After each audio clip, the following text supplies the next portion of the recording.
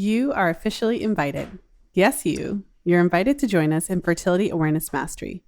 This is my 10-week program designed to help you gain confidence using fertility awareness. Whether you're actively avoiding pregnancy or looking to optimize your cycles for conception, we have a spot for you.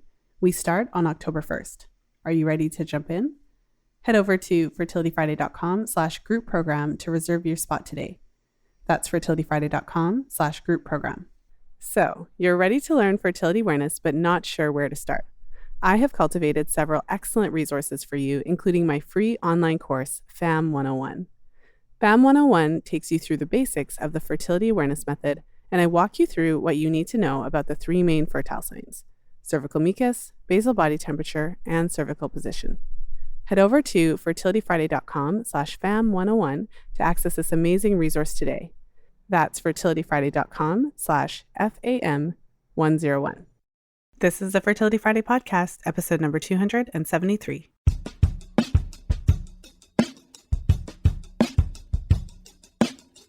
Welcome to the 273rd episode of the Fertility Friday podcast. Thank you for joining me today. I'm Lisa from fertilityfriday.com, and this is your source for information about the fertility awareness method and all things fertility.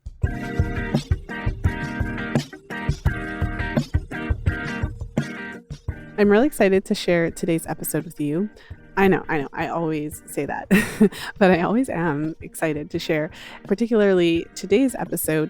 I am sharing my interview with Dr. Carolyn Dean, and she is the author of The Magnesium Miracle. In case you have not heard of that book or you haven't read it, it's a fascinating read about the crucial role of magnesium. And with magnesium, one of the things that we'll talk about on the podcast, as well as what she talks about in the book, is essentially the epidemic of magnesium deficiency and why that is.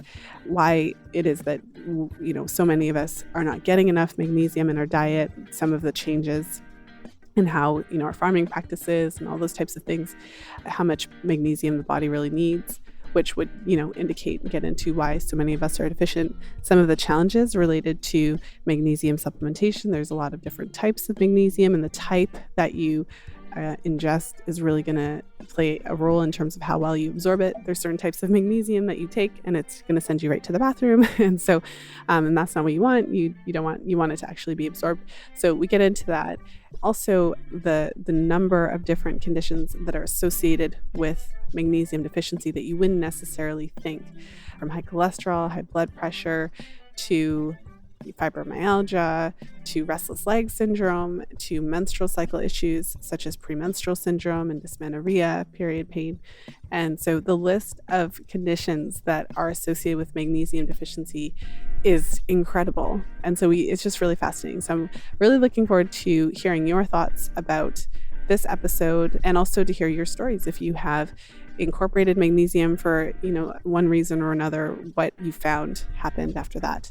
Now, for those of you who track your cycles on a regular basis, one of the great things about cycle tracking is that it allows you to monitor your progress. So if you were to make some sort of change, if you started taking Epsom salt baths or started otherwise incorporating magnesium, you'd have a way of really tracking what happened afterwards, especially if you were looking for a specific result in a certain area. And so for those of you who are ready to jump in and start charting your cycles, as you heard on the pre-roll, registration is now open for Fertility Awareness Mastery. Now, this is my 10-week fertility awareness group coaching program where we dive deep into fertility awareness charting. This is a program that is designed for you wherever you're at in your stage of learning as far as fertility awareness goes.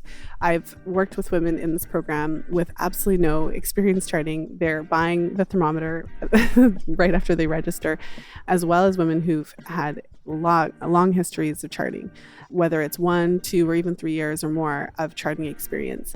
And what I found is that regardless of where you are, you always come out of this group feeling much more confident. We really hash out all of the main fertile signs: cervical mucus, cervical position, basal body temperature.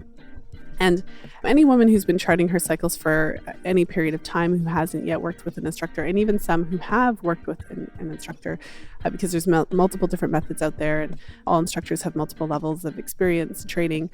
One thing that all women who chart their cycles have in common is the questions, the specific questions that come up related to your particular cycle, your particular situation, so that you can feel comfortable and confident. So if you're using the method for birth control, of course, the most important thing is understanding exactly how to identify which days are fertile, which days are not, so that you can feel really confident in your ability to use the method to successfully prevent pregnancy until you are ready to get pregnant. And then for those of you who are actively trying to conceive or planning to conceive in the future, then of course one of the most important aspects of charting is, well, correct charting so that you can identify the exact correct days to try, but also when you are taking a look at your cycle in a more detailed way, understanding what factors, if any, could be impacting your fertility.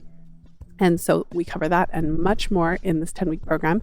Make sure to head over to fertilityfriday.com/group program for additional details. And of course, to apply to jump into the program, we have early bird pricing available until August 30th. If you're listening to this in real time, August 30th, 2019.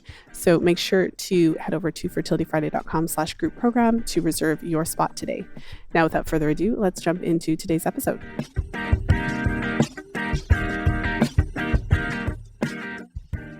And I'm very excited to have with me today Dr. Carolyn Dean. Dr. Dean is a medical doctor and naturopath. She's the author of over 35 books, including the bestseller, The Magnesium Miracle, along with IBS for Dummies, Hormone Balance, Death by Modern Medicine, and 110 Kindle books. That's a lot of books. In 2011, she launched RnA Reset and brought her 50 years of experience into her proprietary, unique formulations that give every individual at any stage of wellness or illness the necessary building blocks for sustained health, vitality, and well-being. And in today's episode, we're going to be focusing on Dr. Dean's book, The Magnesium Miracle. I read her book and I wanted to have her on the show to talk about it because we often hear about magnesium, particularly for period issues. It's been well studied for PMS issues, but it goes a lot further than that. And so I'm just thrilled to have the opportunity to talk to you. Welcome to the show, Dr. Dean. Oh, thank you so much, Lisa. I must say, you have a very calming voice. It just brings me down a couple notches so that we won't have an excited, hyperactive interview. We'll just be calm and just put out wonderful information. Well, thank you so much for that. I hear that and I always think, really? My voice? But it's fitting because we're talking about magnesium, and magnesium is known to be calming. And so I think that's a great entrance into it. So the first question I'd like to ask you is, what prompted you to write this book, and what basically inspired you to go in this direction to focus on magnesium? Right. Well, I'm a naturopath and a medical doctor, and I was doing some writing when I was doing actually AIDS and chronic fatigue research in New York in the early 90s. And by the end of the 90s, I had a couple of books out, and Random House approached me to write a book on magnesium. And at the time I thought, how can you write a 300-page book on one mineral? And when I started doing the research, I realized that I was the poster child for magnesium deficiency. Now, I'd learned about it in my naturopathic training, but it just didn't hit home. I had heart palpitations, leg cramps, insomnia, neck tension from computer work, just a whole raft of symptoms. And then I said, oh my gosh, so I better take magnesium. I began taking different forms of magnesium, every one of them, even one pill, one little powder would give me the laxative effect. Now, what practitioners who use magnesium and recommend it say to their patients, well, just take it up to the point that you get the laxative effect, and that means you're saturated. Well, that was not true, because I still had all my symptoms and I had diarrhea. So I finished writing the book, and I spent years and years trying to convince a mineral company or magnesium company. I went all over trying to get them to make a non-laxative magnesium. And they said, too much research, too much money, too much education for the patients to sell that. It was just very negative. And finally, I found a chemist, created my own company, and made a product that got me saturated with magnesium so that, I mean, I'm in better health now at age 70 than I was when I was in my 30s. And it's because of magnesium. Wow. I mean, that's fascinating. And I mean, one of the things that you mention in your book, you mentioned that about 70 to 80% of people are deficient. And so I suppose it's kind of like a two-parter. So how could the vast majority of us be deficient in this mineral? And then why do you think that is? Yeah, well, the answer is the same for both aspects. We used to get about 500 milligrams of magnesium in an ordinary diet 100 years ago. Now we're lucky to get 200 milligrams. So that means we should be getting 500 milligrams. The RDA is only 350 to 400 milligrams. Then the RDA isn't even being close to what we need. And what even the U.S. Department of Agriculture says is about 70 to 80% of people are not even getting the RDA. The soil is so depleted that we just don't have it in our plant foods anymore. You'll hear people talk about green plants have magnesium in the chlorophyll. It's like chlorophyll is plant blood. In the center of chlorophyll is magnesium, just like in the center of our hemoglobin is iron. So you think, okay, I have a green plant, I'm going to eat it, I'm going to get my magnesium. And that's what a lot of the young people these days going into vegan and vegetarian diets, they think it's good for their health, good for the planet. They come to me with heart palpitations and leg cramps and say, how can this be? And they take magnesium for a couple of days and they're better because they're generally pretty healthy, but they're not getting their magnesium. So everybody is at risk. And then the question you'll ask next, Lisa, is, well, why aren't they measuring magnesium in people to find this out? Well, what medicine has done is it's focused on a bad test for magnesium, one that doesn't tell us anything because it's a serum magnesium test, and there's only 1% of the total body magnesium in the serum, and it's kept at a very fine, tight level to protect the heart, because if you don't have enough magnesium, your electrolytes are thrown off and you get heart arrhythmias. And if you don't have enough magnesium in your heart muscles under the influence of too much calcium and not enough magnesium, the heart muscles go into spasm and you've got angina and a heart attack. So we're not, I mean, here's a question that comes to mind, because I know, so for instance, a lot of the women who listen to this podcast often aim to get as much nutrients from their food as possible. Do you think it's possible for a person to get sufficient magnesium? No. Okay. So then, and is that because of the soil depletion, and there's just, is that basically the reason why? Yes, absolutely. And Lisa, even if it's an organic farmer who, pays a lot of attention, et cetera, if they don't put magnesium, Epsom salts, or even just plain rock dust that's high in magnesium in the soil, it's just not going to be in the plants. It's just impossible.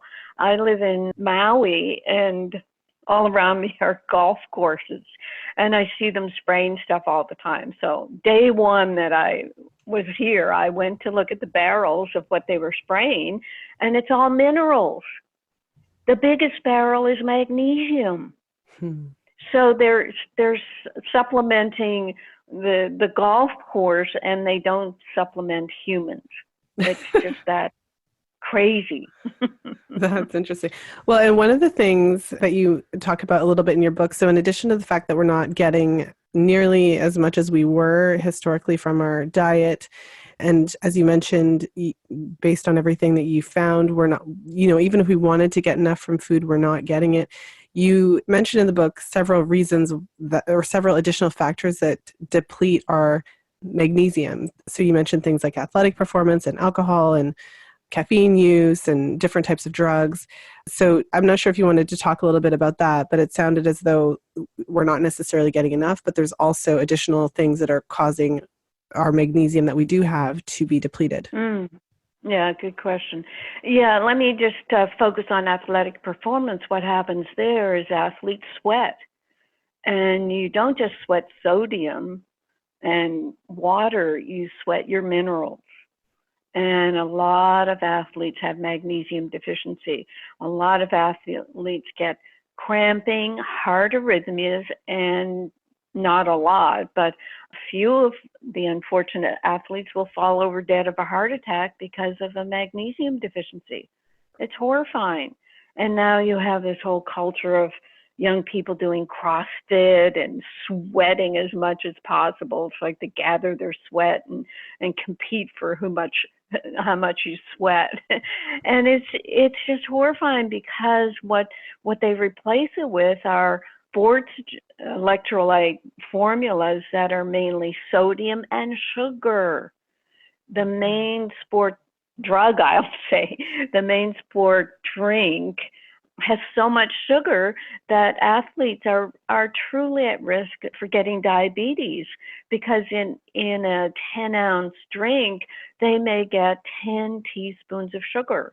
Anyway, aside from that, they're just getting sodium and they're not getting their other electrolytes, especially magnesium. With drugs, what's happening there? It's a weird kind of rabbit hole where I've identified 65 health conditions, 65 diseases that are related to magnesium deficiency.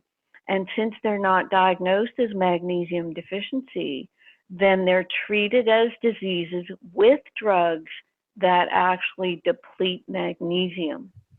The worst drugs that deplete magnesium are fluoride drugs.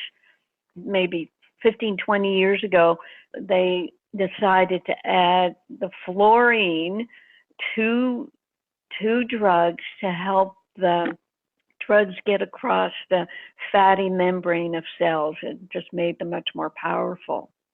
But in doing that, they set people up for fluoride being broken down by gut bacteria, and then that fluoride actually, the magnesium tries to grab onto it and get rid of it, but you end up getting a brittle compound, a magnesium fluoride brittle compound that builds up in tendons, cartilage, bones, and soft tissues.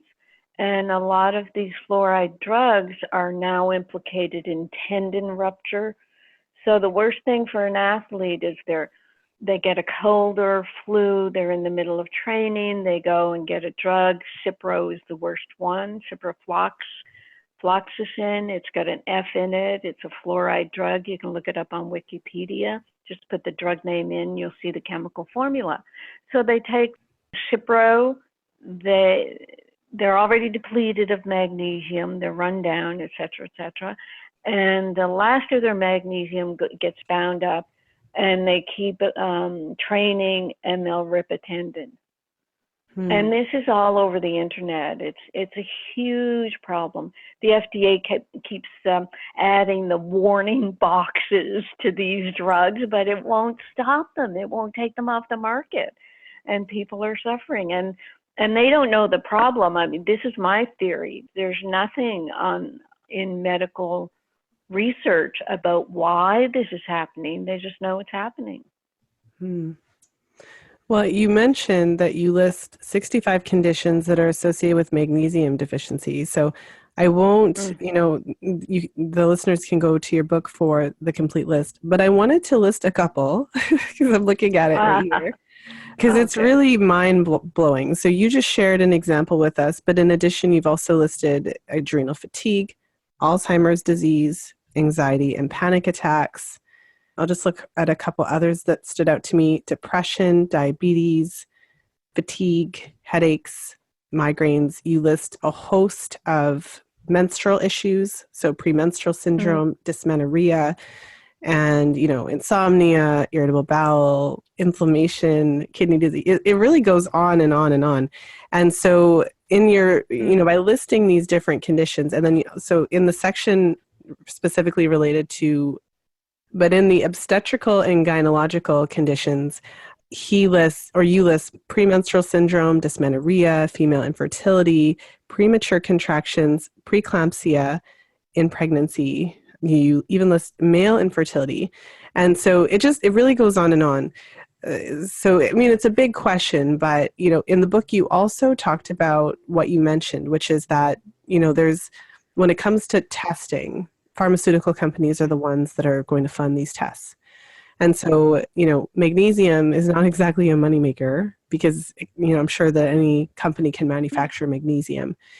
So share just, I suppose, your thoughts on this, because the implication then is that a lot of these conditions are at least partially very significantly related to magnesium deficiency, and therefore, sharing that information with the public and having people learn about this and identify if they're deficient and start to replenish those deficiencies could significantly improve health if it's implicated with at least 65 of these conditions that you've mentioned. Oh, I know, and it would it would make the drug companies very annoyed to find out these facts. They do work hand in hand with the FDA to pretty much suppress alternative medicine, suppress supplements. People may not realize this. They may not realize that, for example, when I in the beginning of my company, it's just an internet company, and when I put on testimonials, it said, well, I had atrial fibrillation for 10 years. I took your ReMag product for a couple of weeks and my symptoms are gone. And when they say that about dozens and dozens of different conditions, the FDA actually wrote me a letter and said that I could not write anything that made my ReMag product look like it was helping diseases, because that made it a drug, because only drugs can treat disease. And if I continued this, they would shut down my company. If I wanted to declare my ReMag a drug, I'd have to do $1 billion drug study to prove it. And that's how they control nutrients in the public. That's why you never get full information on websites. That's why your iPod is so fantastic, because you can get this type of information out there. And what even alternative medicine doctors say to me is, it can't be that simple. It can't be simply taking magnesium that can help all these things. Well, why this is the case is because magnesium is responsible for the full functioning of 1,000 different enzyme processes in the body. The next mineral in line is zinc at about 170 processes. So it's doing 1,000 different things, which probably expands into tens of thousands. And it is responsible for 80% of known metabolic functions. So if 80% of your body is requiring magnesium at certain, what I call saturation levels, then if you don't have enough magnesium, 80% of your body is going to be, weak, tired, deficient, twitching, headachy, not sleeping, irritable, depressed, anxious, because none of the enzymes are working properly. Actually, I'll just finish with this. There's something called adenosine triphosphate, ATP, which is the energy molecule of the body. In the Krebs cycle that makes this energy molecule, 6 of the 8 steps require magnesium. So if you don't have magnesium, you don't have any energy. Boom. Hmm. There's a lot to unpack there. I I would like, though, for you to paint us a picture. I think that because this concept of nutrient deficiency, it's almost like a buzzword. We hear it a lot. So to break it down, this is my understanding of it. So if we're not getting, at least, even, you said, not even the recommended daily allowance, which is arguably not necessarily enough. So what you mentioned was that, our ancestors were getting at least about 500 milligrams of magnesium a day in their diets. And now we're getting more like 200 milligrams. The RDA is somewhere between 300 and 400. But either way, we're not getting that. So if you are living your life and you're just not, this is your diet and you're just not necessarily getting enough, then it sounds to me, and based on what I read from your book, that, say, for example, if this is your life and now you're, say, 40 years old or you're 30 years old, then that deficiency, kind of day to day not getting enough, compounds over time. Because one of the most interesting aspects of when you talk about how to replenish this and how to address this issue was that you mentioned that although you may start to feel better, initially, once you start, taking magnesium, things like that, that the actual replenishment of replenishing your body of these nutrients is a process that could take years. So maybe share with us a little bit more about this concept of nutrient deficiency and how it can compound over time and how it can also take time to fully rectify it. Right. We talk about it like being a bank account. How much do you have in the bank? If you get ill, how long before the nutrients you have on board are going to be depleted and you get even more ill and get more drugs for your symptoms rather than nutrients? Actually, it begins in medical school, where doctors are not taught anything about nutrients. They're not taught that every biochemical process requires a vitamin or a mineral as a cofactor to keep things going. In my med school training, I had 200 hours of biochemistry because the dean of medicine was a biochemist. So they would flash these slides up on the screen every day showing the Krebs cycle and showing the magnesium. And I was already interested in nutrition before med school, so I saw them. So it was right there, but it was never translated into clinical application. If someone isn't sleeping, you give them a sleeping pill instead of giving them magnesium, which will calm down their, from brain to their toes. Anyway, we weren't trained, so nobody brings that into clinical application. The RDA is set to prevent in vitamin C deficiency, to prevent scurvy. That's all they care about, is preventing the most obvious nutrient deficiencies. So they're not set for health. And I've asked that at meetings at the NIH. I said, why don't you set nutrients for optimum health? Well, no, that's not our mandate. Our mandate is just to make sure people don't drop over from nutrient deficiencies. So with the drug companies just wanting to treat all symptoms with drugs, and the NIH, who's supposed to be protecting the public, not really looking at health factors, nobody is in a position to help people, as I'm trying to do, to replenish their bank account of nutrients. And in the past, I've been in practice since 1979, and I've been studying nutrition since the late 60s.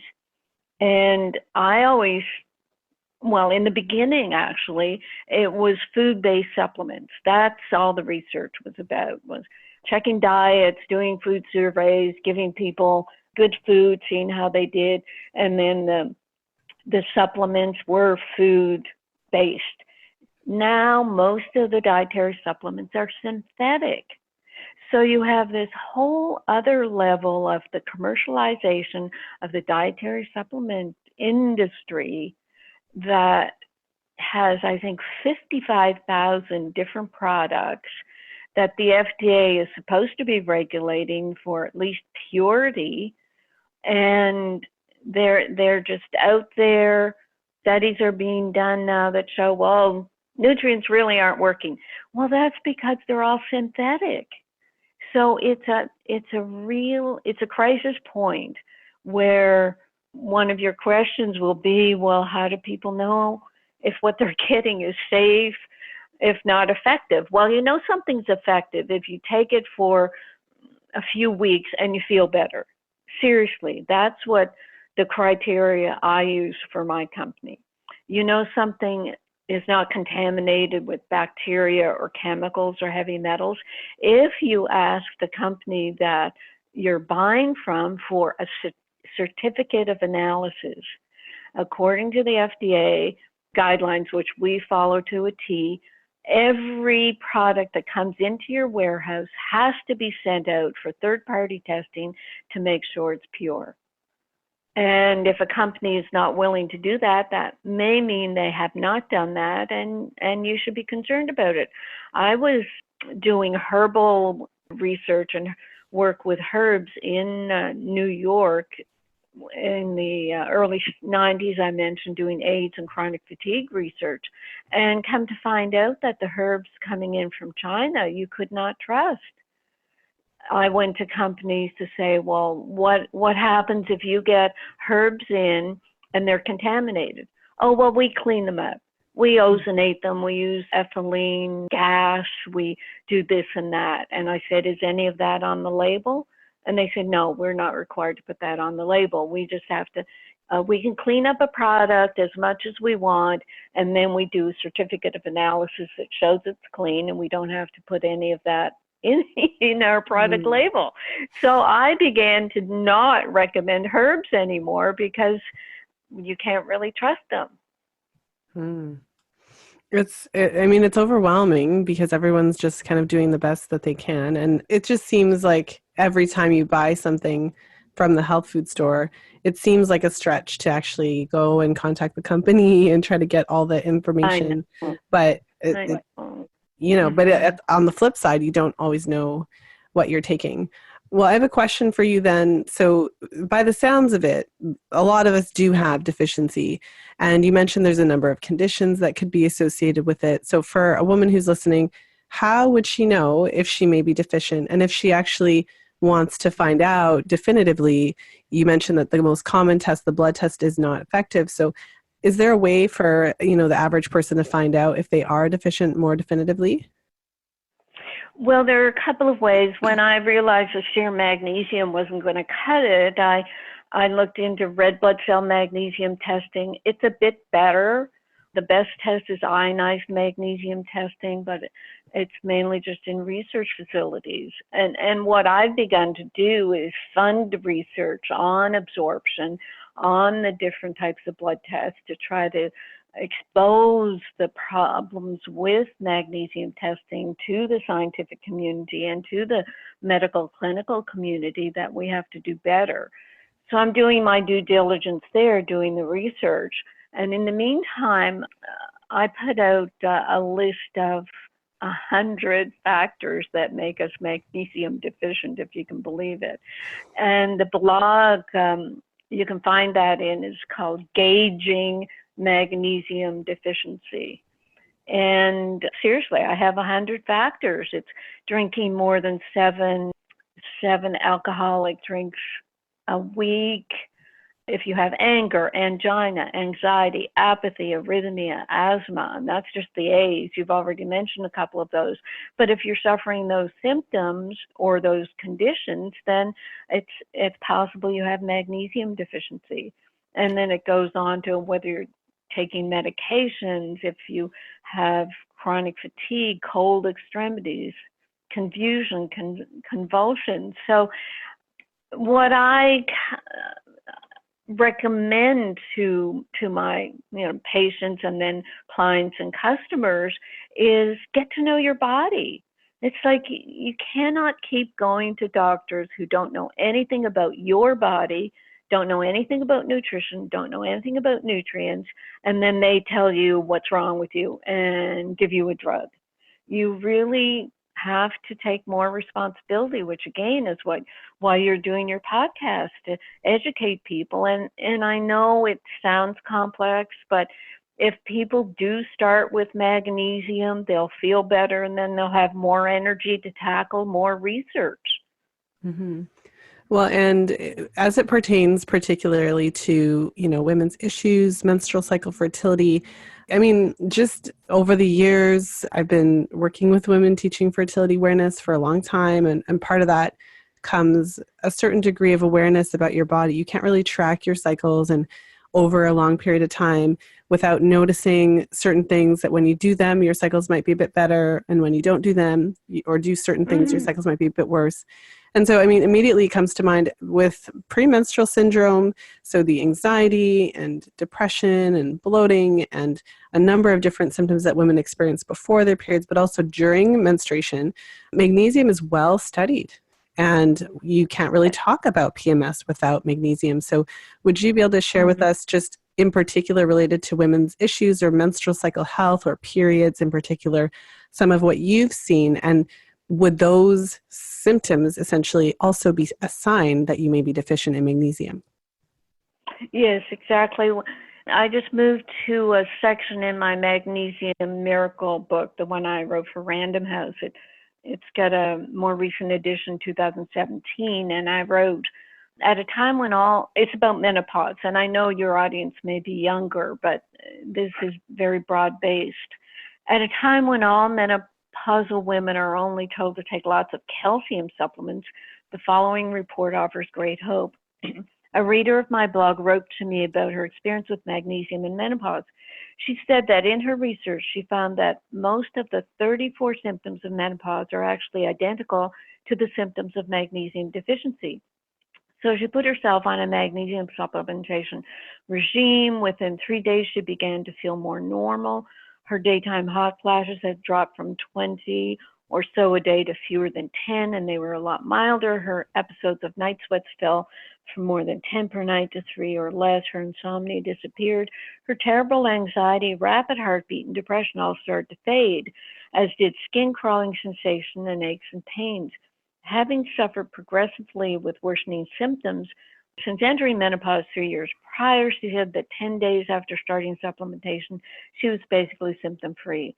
She ended by saying magnesium is a miracle, and everyone, particularly menopausal women, should be made aware of it. Unfortunately, when women of menopausal age are prescribed calcium and no magnesium, their menopausal symptoms can become worse. And that's a whole other topic where calcium sort of beats down on magnesium. But, women after having a couple of children, they can start having flashes and anxiety and rapid heartbeat and palpitations. So some of these symptoms and the whole perimenopausal business, perimenopause was only invented maybe 15, 20 years ago when women started having more magnesium deficiency. That's interesting. Mm-hmm. Interesting to think that there was a time when it wasn't named. It was not named. Mm-hmm. And that either means that it wasn't happening as much. Eventually, if enough people are experiencing these symptoms, you have to name it. That's really powerful. And I mean, one of the things I wanted to ask you, so now, the listeners have been with us this whole time. We've, let's say they're listening and it's like, okay, so magnesium deficiency is an issue. Some of the things that you've said during this episode resonate with me. So then you mentioned already that, there's certain types of magnesium supplementation that are not absorbed well. And I believe also what you get at in the book is that individuals are different. So some women may be able to take a certain type of magnesium and it's fine, whereas others might take it and it might cause them to just go to the bathroom. So maybe share with us the different types of magnesium and why certain types are better absorbed than other types. Right. Well, in my writings and in my book, I kind of narrowed it down. What I tell people is, well, I don't know, I'm doing this and that. I don't know if I want to take another pill. And we get that from a lot of our older patients who may be on a lot of medication. And I say just start taking Epsom salt baths. the midwives use Epsom salts for their patients over the eons. So you get 2 cups of Epsom salts, put it in a nice bath, you relax, and you feel it right away. People sleep better. We use it for the children who you can't get anything into their mouths, but you give them a bath every night. So I start with Epsom salts, and then Natural Calm was a product that I recommended a lot, but recently it was bought out by Clorox. And I'm afraid as time goes on that Clorox is going to probably stop the organic stevia in it, get cheaper building blocks for the product. All the supplement companies now are being bought out by Big Pharma and companies like Nestle and Clorox. Wow. Anyway, yeah, that's a sidebar. And then my ReMag product is the third one on my list, and it's a stabilized ion of magnesium, so it goes right into the cells, 100% absorbed, and no laxative effect. Now, there are a lot of supplements in between. I guess I kind of skip over them because they all gave me the laxative effect. And what I'm looking for is an optimal absorption and a saturation, because even people who claim to be magnesium experts and have big magnesium forums are saying, well, just take your magnesium until you have the laxative effect and then move on, because your symptoms should be taken care of. And if you have symptoms left over, then we have to look elsewhere. So in the looking elsewhere in the alternative medicine world, you have all these people doing their 23andMe genetic testing. And I totally disagree with that, because people are coming up with 100 genetic variations, which people are calling mutations, and they're not. They're just variations that scare the bejesus out of people, because they think, well, I have 100, genes that are messing up. How can I possibly fix that? So they're going into gene testing, they're going into hair analysis, which is highly inaccurate. They're going into all kinds of nutrient, amino acid, neurotransmitter testing, and none of it means anything in a magnesium deficient person. None of it means a thing, because there's no level playing ground. Because if you're magnesium deficient, well, nothing's going to be working properly. Everything's going to look a bit bizarre. And if you do hair tests and do all these computer analysis and comparisons based on a magnesium deficient population, then your basic groundwork is erroneous, and you'll come up with the wrong conclusions. I know that's a bit complex, but you see what I'm getting at, Lisa. Mm-hmm. Well, it's something, it's a different kind of topic, but for example, often if I'm supporting a woman who's wondering what's going on with her menstrual cycle, if she's experiencing some different symptoms, let's say she has got a short luteal phase or something like that, often I'll be the one there just, asking questions like, so how are you sleeping? And how much are you exercising? And like, are you eating breakfast? And, just basically looking at the groundwork. For some women, just by organizing those basic things without, looking at, even with supplementation, like not even going there, a lot of those basic things may improve. And so it sounds as though what you're saying is, before we get on the medication, before we, go to these lengths essentially and make these assumptions that you're an unhealthy person with a genetic defect, it sounds like what you're saying is, let's just see if we can correct, let's see if there's a nutrition deficiency there, and let's see if we can correct it, and then see if you still have the same symptoms. Exactly. And there's a lot more to it. People are saying, well, it's not all about magnesium, and of course not, but that's our focus today. But some of the basic things I do is get people drinking enough water, for Pete's sakes. My guidelines are take your body weight in pounds, divide that in half, and drink that many ounces of water each day, and then put a 1/4 teaspoon of a good sea salt, Celtic salt, Himalayan salt, into each liter of water. And that starts you off getting hydrated and getting the 72 minerals that are in sea salt into your body and into your cells. And then there's the B vitamins, which I say take methylated food-based Bs. They support your adrenal glands and your nervous system and your everything about metabolism, weight control, etc. The C vitamins, very important for your adrenal glands and for your eyes. I mean, everything is necessary. But for the vitamins, you really do have to look at food-based sources and watch the synthetics. Vitamin D, this is the new sexy supplement, and it's horrible the amount of vitamin D people are taking. It's made from sheep lanolin, or it's a straight synthetic. Doctors are recommending 50,000 units when the maximum you should take is 1,000 to 2,000 units, because vitamin D is a hormone. It's not a vitamin. And when you take too much of vitamin D, you will pull in too much calcium into your body. You'll bump out your magnesium, and you'll throw all your magnesium enzyme processes out of, well, they just won't function. They'll be weak. They'll be thrown off balance because they're not supported. Well, I mean, it sounds complicated, and it sounds simple in many ways. And I think the challenge is that it's what you mentioned. You said that doctors aren't necessarily trained in nutrition, and they're not necessarily trained in nutrients. And this is not necessarily something that people are being screened for.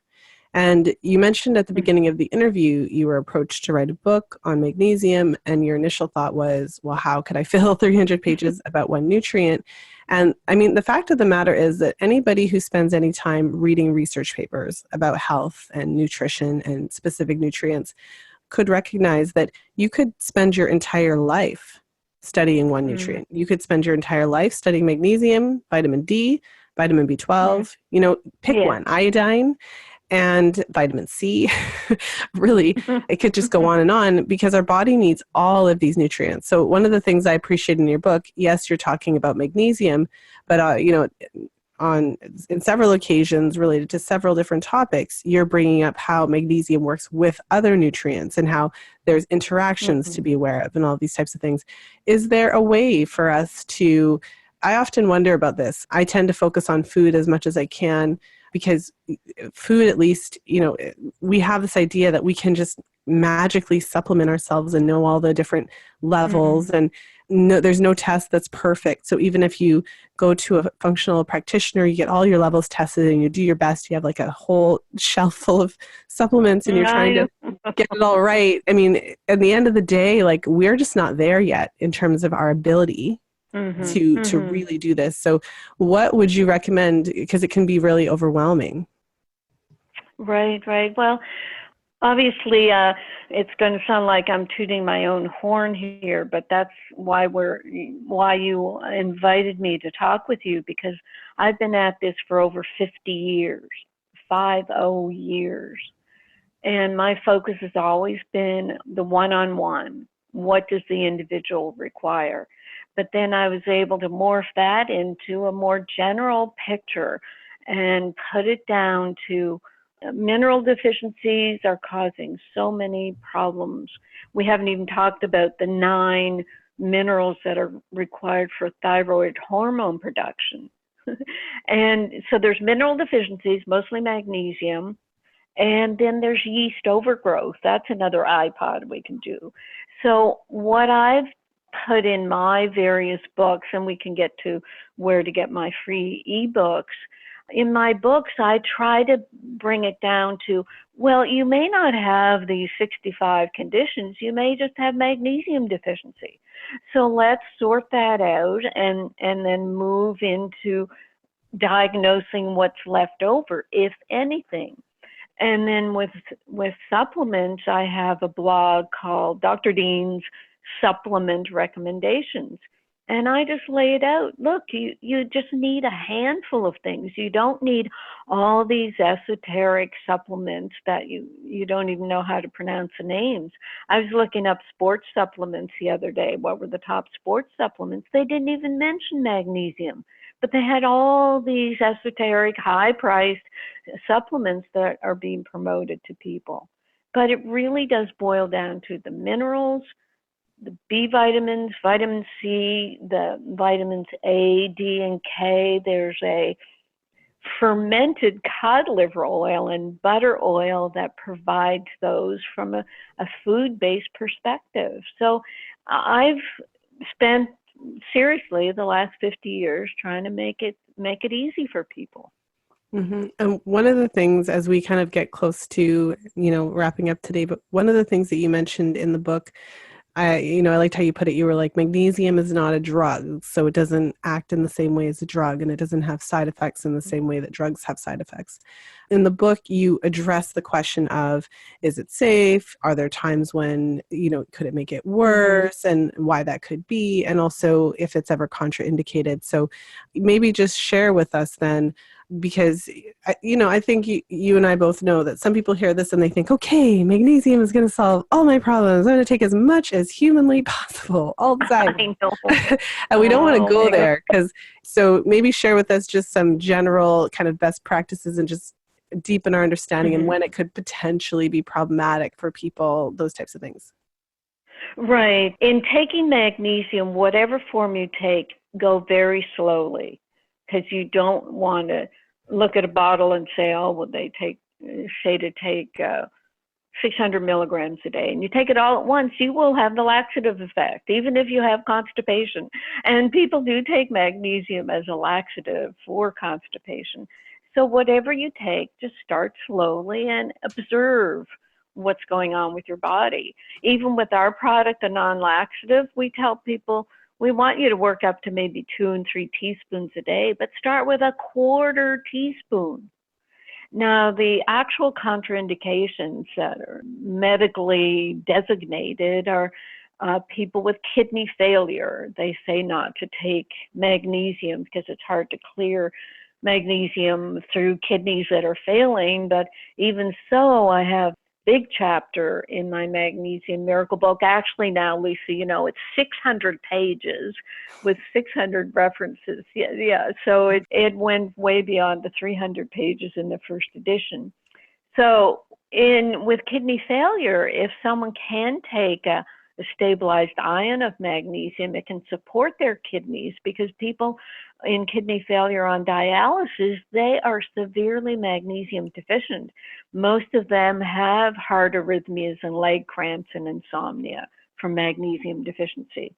Myasthenia gravis is the second of 4 contraindications, and myasthenia gravis is a rare condition of muscle relaxation, and since magnesium causes muscles to relax, intravenous administration of magnesium can make that symptom worse. So that's for the people, doctors in the hospital to be aware of that. Excessively slow heart rate. Magnesium does help keep the heart rate in check, but if people take too much magnesium, they could make a slow heart rate even slower. These would be the type of people who require an artificial pacemaker. And bowel obstruction.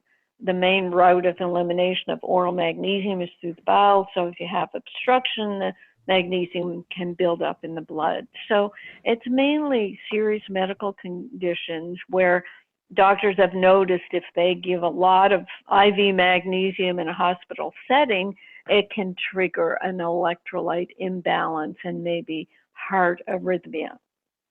Mm-hmm. Well, and I suppose one topic to bring to a close, we won't have time to go into this in a lot of depth today because it's its own topic that we could talk about a whole podcast. But you mentioned also, the connection between thyroid and magnesium and also other nutrients. And before we started our interview, I mentioned to you that one of the things that had came up when I was researching thyroid and magnesium, I found a few articles where they, looked at the connection between magnesium deficiency and thyroid dysfunction.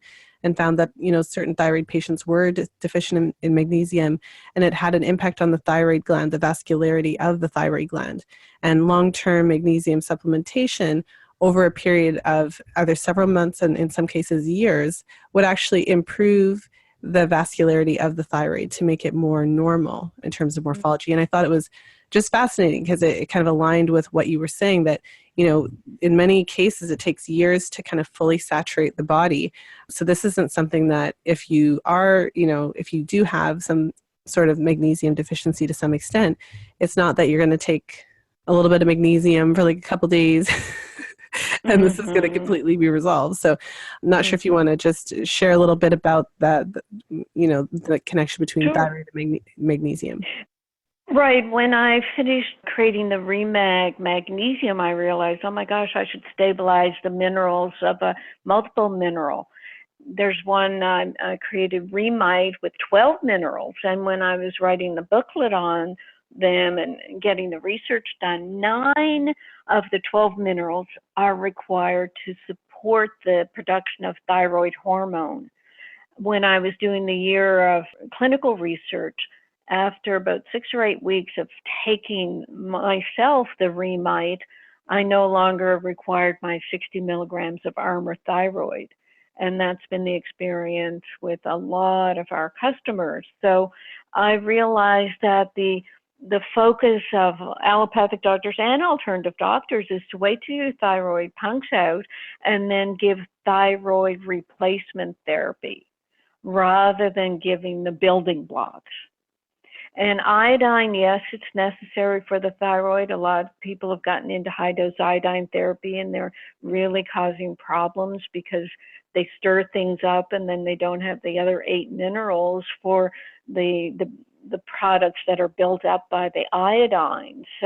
So it's again common sense, looking at building blocks. And there are researchers in Australia, I don't know if they're the ones you're talking about, but they've done a lot of research on just using magnesium to support the thyroid hormones and the thyroid gland. And yeah, there's a lot of strain on the thyroid. When the adrenals are overworked, they will pull on the thyroid, and same with the sex hormones. So it's like a triad of hormones that pull on each other, and they all have to be supported.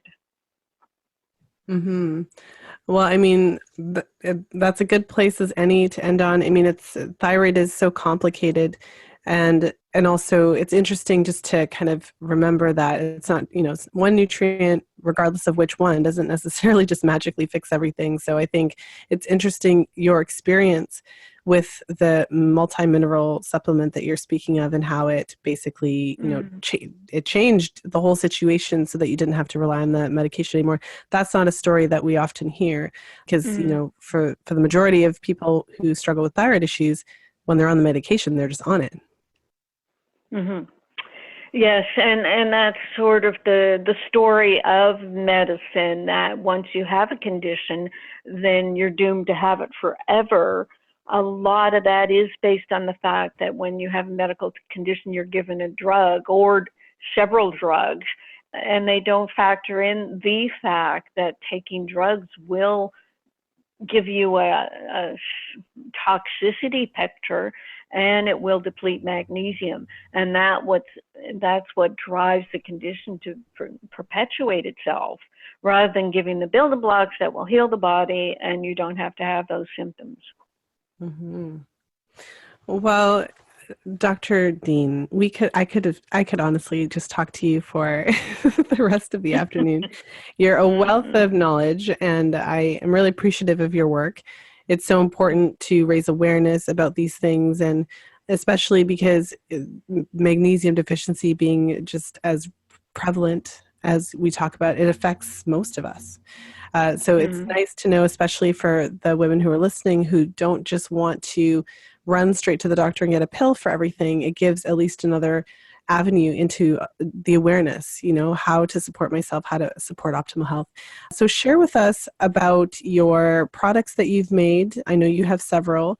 Related to our discussion today, you've created a magnesium product that's absorbable, and also share with us where we can get your books. And you mentioned an ebook. So, let us know where we can connect with you. Sure, thank you. Well, I've mentioned enough about the products. People can go to my product website at RnA ReSet.com. Free ebooks are at drcarolyndeanlive.com under books. I have a dozen free ebooks, a great one on the thyroid. My blog and my free newsletter is at drcarolyndean.com. And a free chapter, actually, of Magnesium Miracle is at magmiracle.com. And the book is on Amazon. And that's enough. I mean, perhaps you can put those up on the website. I mean, my people tell me, "Oh, just give out the Mag Miracle," but I want people to go and get the free ebooks and the free blog and newsletter and just become part of an information network that I'm seeding across the universe. Yes. Well, for those who are listening on the go, I will make sure to link all of those fantastic goodies in the show notes page. So they'll be there on the website, the blog post for this episode. And I just want to thank you again. This was very informative. I really appreciate you taking the time. From what I remember, you're actually on vacation. I believe you're in Hawaii right now. I live in Hawaii, Lisa, so I'm okay. perpetually on vacation and perpetually working.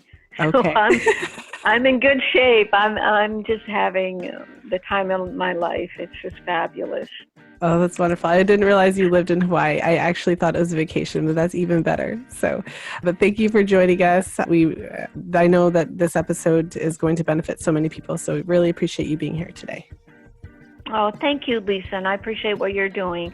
Because like I said earlier, the information has to get out there, and you're the only person that can do it. Thank you for listening. If you enjoyed today's show, please share it with a friend. You'll find the show notes page for today's episode over at fertilityfriday.com/273. I hope that you enjoyed my interview with Dr. Carolyn Dean. It was such a treat to have her on the show and to be able to talk to her directly, ask her about her book, The Magnesium Miracle, and to learn more about this epidemic of magnesium deficiency, about the associated conditions. And it's crazy. In the book, she details such a large number of different conditions that are associated with magnesium deficiency, and also the implications specifically as they relate to the menstrual cycle and fertility. And so if you're struggling with period-related issues, from period pain to premenstrual syndrome, PMS-like symptoms, then it's worth looking into to see if you may be deficient in magnesium. In the fifth vital sign, I devote an entire chapter to managing period pain. That's chapter 14. And of course, magnesium made its way in there. It's not the only thing that you can do, but it certainly has been shown to decrease inflammation and to decrease prostaglandin levels. Prostaglandins are lipids that are responsible for smooth muscle contractions, which are necessary in order for menstruation to happen, because our uterus has to contract in order to release our endometrial lining. But what the research shows is that women who experience moderate to severe period pain tend to have prostaglandin levels anywhere, upwards of 4 times higher than women who do not have menstrual pain. And magnesium is one of the specific nutrients, one of the anti-inflammatory nutrients that has been shown to decrease inflammation overall and specifically decrease prostaglandin levels and pain in women who experience painful periods, dysmenorrhea. And chapter 15 of the fifth vital sign is devoted to managing premenstrual syndrome, PMS, naturally.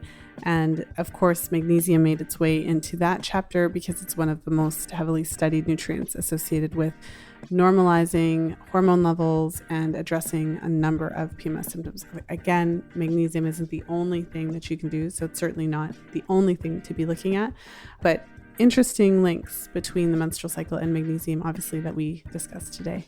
And if you're fascinated about magnesium and wanting to learn more about it, I would highly recommend checking out the Magnesium Miracle by Dr. Carolyn Dean. It's available in ebook and paperback formats on Amazon. So definitely check that out. If this episode intrigued you and you're wanting to learn more about magnesium, I feel like that book is really interesting and really helpful just to understand the implications. And what I found, especially over the years, researching for the fifth vital sign in particular, I think that any health professional who's interested in research, you could pick nearly any one individual nutrient and devote your life to researching it, because there's so many different implications. You can look into the research on vitamin D. It just goes on and on. You could spend your whole life researching all the different applications of vitamin D as it relates to a number of different bodily functions and processes. And the list kind of goes on. You would never want to get to the point that you think, okay, magnesium is going to solve every problem. But at the same time, it's very clear that our body does require it. And it's also quite clear that many of us are deficient, and most of us are not getting a sufficient amount from our diet. So to switch gears a little bit, as you heard at the top of the episode, registration for Fertility Awareness Mastery is now open. I'm so excited to get started. Our program starts October 1st, so it's just a couple of weeks away.